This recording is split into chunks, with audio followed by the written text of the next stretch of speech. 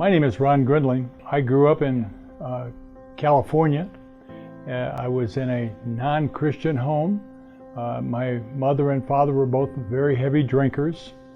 When I was 16, my father was drinking heavily one day and took a gun and ended his life. From that time on till a couple of years later, I was really pretty aimless, did not have any direction in my life, and then I entered the Army 1 week after I was 17 and spent my 3 years there. And I had been invited back to Michigan, where my father was from, to live with my aunt and uncle in Vernon, Michigan.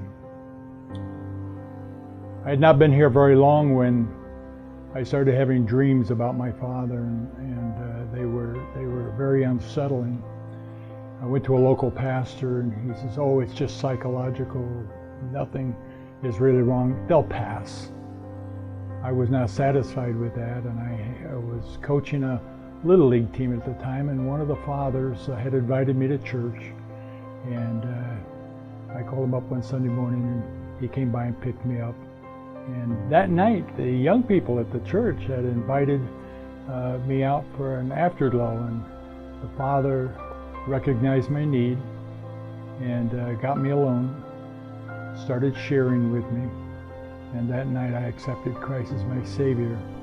He took away my sins, set me free, and my life totally changed from that point on.